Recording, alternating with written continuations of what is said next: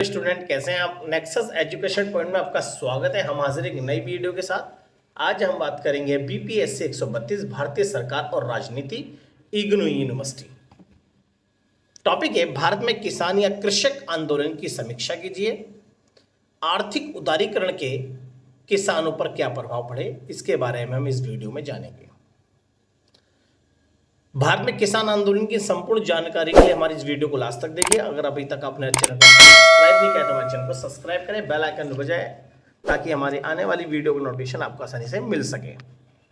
चलिए शुरू करते हैं। कृषक कौन होते हैं इसके बारे में जानेंगे। खेती या कृषि कार्यों से संबंधित कार्य करने वाले लोगों को हम कृषक या किसान कहते हैं।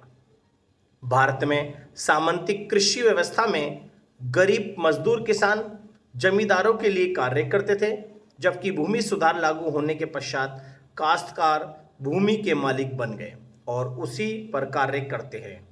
किंतु अभी भी जो किसान संसाधनों व धन की कमी के कारण दूसरों के खेतों पर कार्य करते थे, गरीब व छोटे किसान कहलाते थे। इस तरह से कृषक वो हैं जो कृषि कार्यों में यानी कृषि से संबंधित कार्यों में लगे होते हैं, उसे हम किसान या कृषक कहते हैं। और भारत में सामंती यानी मध्य और निचले और उच्च किसान मौजूद थे। जब ब्रिटिश शासन भारत में जब आया तो उन्होंने भारत में भू राजस्व व्यवस्था को लागू करा और भू राजस्व व्यवस्था में जमींदारी प्रथा यानी स्थायी बंदोबस्त और रेतवाड़ी और महलवाड़ी व्यवस्था जैसी प्रथाओं को लागू करके ब्रिटिश साम्राज्य ने भारत में अपने शासन को और भू राजस्व को बढ़ाया। ब्रिटिश शासन में भारत में जमींदारी प्रथा प्रचलित की और ये जो जमींदारी प्रथा थी ये पूर्वी भारत, मध्य भारत और उत्तरी भारत में लागू की गई थी, जबकि पश्चिम और दक्षिण भारत में रेतवाड़ी प्रथा प्रचलित थी। जमींदारी प्रथा 1973 में स्थायी बंदोबस्त अधिनियम के तहत लागू की गई और ये अधिनियम लॉर्ड कॉर्नवालिस ने भारत की 19% भूमि पर लागू की और ये जमींदारी प्रथा बंगाल, बिहार, उड़ीसा, यूपी और बनारस प्रखंड तथा उत्तरी कर्नाटक में लागू की गई थी। जबकि रेतवाड़ी व्यवस्था जो थी ये पश्चिमी और दक्षिणी भारत में लागू की गई। रेतवाड़ी व्यवस्था 1820 में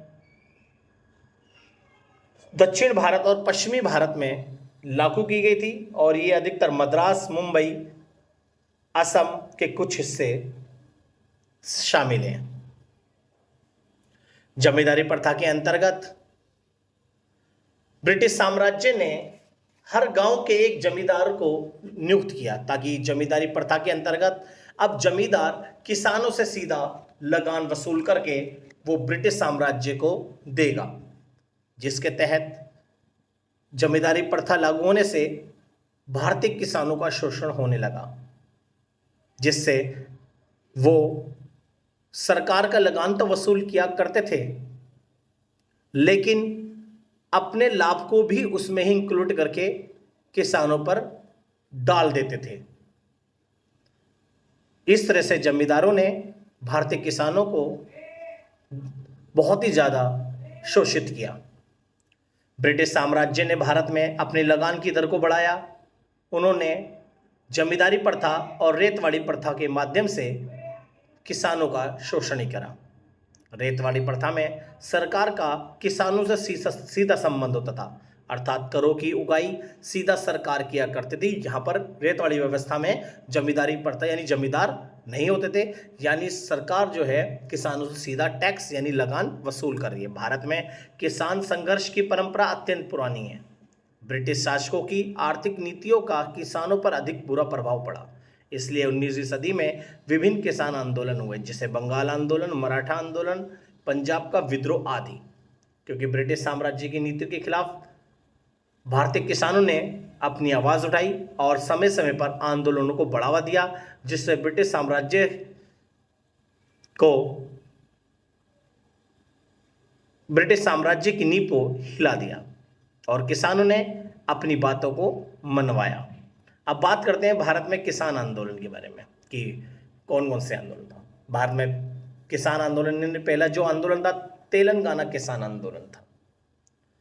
तेलंगाना किसान आंदोलन सन 1946 से 51 में हैदराबाद के निजाम द्वारा समर्थित दमनकारी जमींदारी व्यवस्था के खिलाफ भारतीय कम्युनिस्ट पार्टी के नेतृत्व में चला गया था।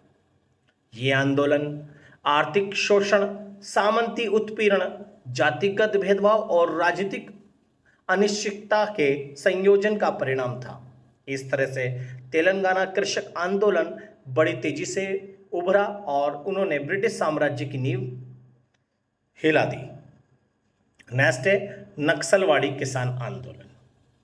नक्सलवाड़ी किसान आंदोलन पश्चिम बंगाल के छोटे से गांव नक्सलवाड़ी से हुई।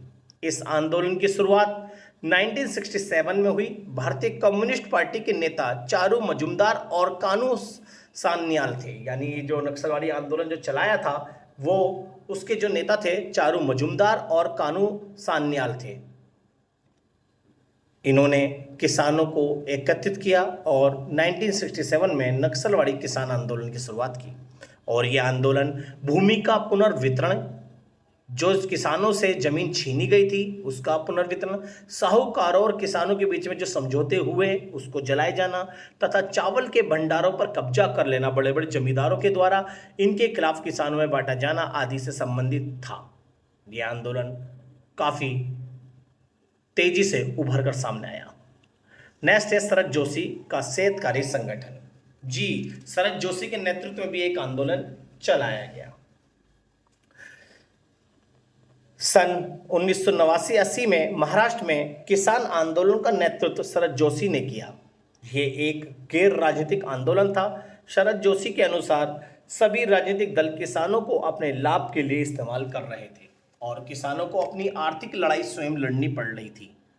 महाराष्ट्र के किसानों की शिकायत थी कि उन्हें अपनी उपज का पूरा दाम नहीं मिल पाता। 1980 के शुरुआती महीनों में यह आंदोलन गुजरात में भी फैल गया और अप्रैल 1987 में गुजरात के किसानों ने एक जबरदस्त आंदोलन चलाया। उनकी मांग थी कि सरकार किसानों को सीधा कपास खरीदे और उन्हें उनके माल का उचित मूल्य मिले। सेतकारी संगठन के नेतृत्व में महाराष्ट्र का कृषक आंदोलन काफ़ी उग्र हो गया था और किसानों ने रास्ता रोको अभियान भी चलाया। इस तरह से ये किसान आंदोलन तेजी से फैला। नेक्स्ट था भारतीय किसान यूनियन द्वारा आंदोलन। जी, 1987 में महेंद्र सिंह टिकैत के नेतृत्व में किसानों ने शामली यानी उत्तर प्रदेश में एक जबरदस्त रैली निकाली। इस रैली द्वारा बिजली की दरों में वृद्धि के खिलाफ आवाज उठाई। 1987 में जो ये आंदोलन जो था, किसानों ने शामली यानी उत्तर प्रदेश में एक रैली के द्वारा आंदोलन की शुरुआत करी। भारतीय किसान यूनियन ने बिजली के दरों में वृद्धि के खिलाफ आवाज उठाई। इस आंदोलन में कोई जाति नहीं थी और ना ही कोई राजनीतिक पार्टी थी, बल्कि इस आंदोलन में सभी लोग किसान थे और सभी जाति सभी धर्म के लोग थे, यानी किसान थे, और इन सब की मांगे जायज़ थी।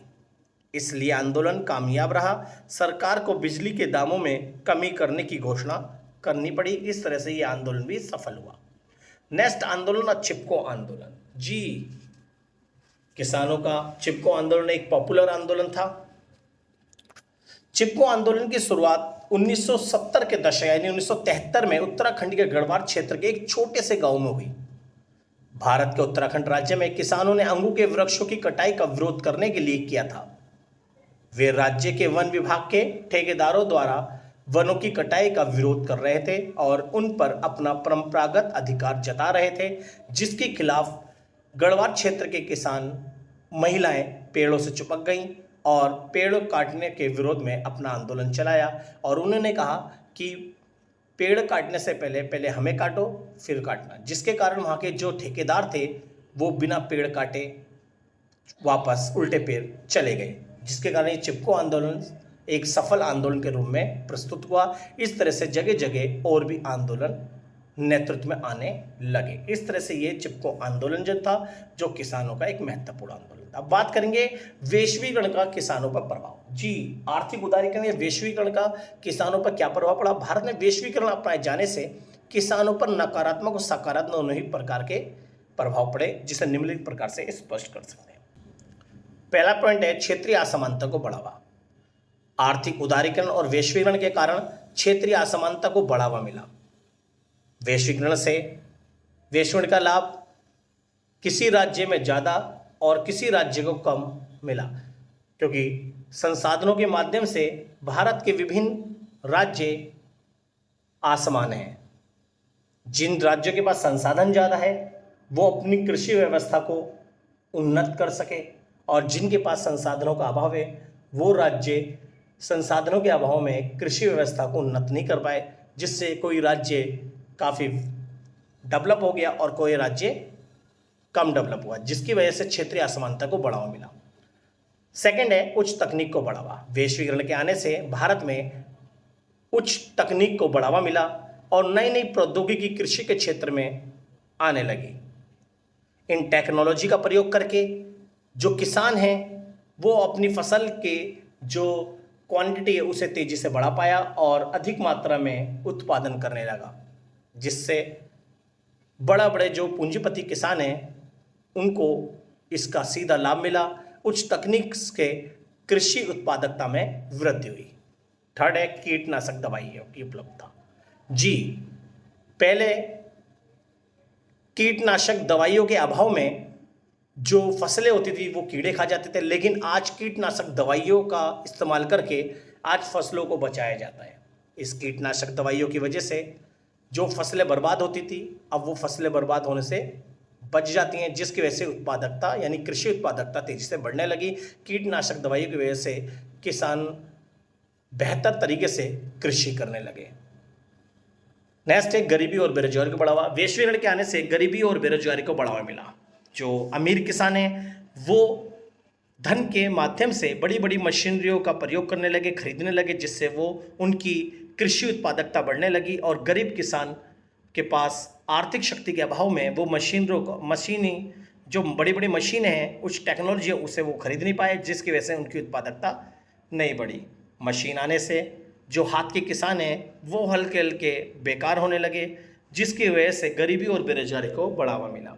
नेक्स्ट है कुशल और उच्च बीजों का प्रबंध। आज कृषि के क्षेत्र में काफ़ी कुशल और उच्च बीजों का प्रबंध यानी प्रयोग होने लगा, जैसे HIV जो बीज है उनका इस्तेमाल करके कृषि उत्पादकता में वृद्धि होने लगी। नेक्स्ट है खेतों में परंपरागत तकनीक का अंत। जो खेती पुराने तरीके से जो होती थी हल से और बैलों से जो होती थी, लेकिन बड़ी बड़ी मशीन आने से इन परंपरागत तकनीकों का जो है अंत हो गया। आज सभी किसान नई नई उच्च मशीनों का प्रयोग करके कृषि करने लगे। इसके बाद है नेक्स्ट है वैश्वीकरण से उच्च वर्गों के किसानों को लाभ। जी, वैश्वीकरण का लाभ केवल उच्च वर्गों को मिला, क्योंकि उच्च वर्गों के पास आर्थिक शक्ति है। इस आर्थिक शक्ति के माध्यम से वो अपने बड़ी बड़ी मशीनरी का प्रयोग करने लगे और वैश्वीकरण का लाभ केवल उच्च वर्गों को ही मिल पाया, जिसकी वजह से यहाँ पर क्षेत्रीय असमानता और गरीबी बेरोजगारी को बढ़ावा मिला। तो हमने ये बात करी थी कृषक आंदोलन, और कृषक आंदोलन के ऊपर आर्थिक वैश्वीकरण या आर्थिक उदारीकरण का प्रभाव क्या पड़ा। इस पॉइंटों को आप अच्छे से कर लीजिएगा। ये हमारा कृषक आंदोलन था। अगर आपको हमारी वीडियो अच्छी लगी है तो हमारे चैनल को सब्सक्राइब करें, बेल आइकन पर जरूर बजाएं, लाइक कमेंट शेयर करना ना भूलें।